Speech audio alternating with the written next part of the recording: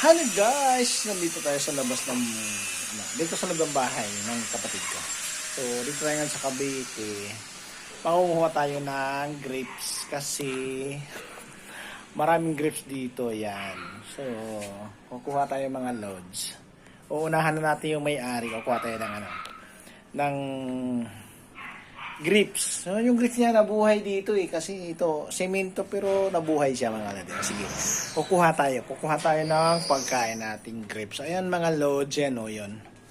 Marami siyang bunga. So, kukuha tayo ng anang kanya. Medyo hinog na siya. Ayan, kukuha tayo yan.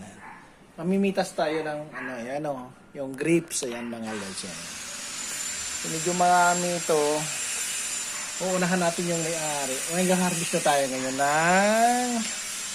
ng grape.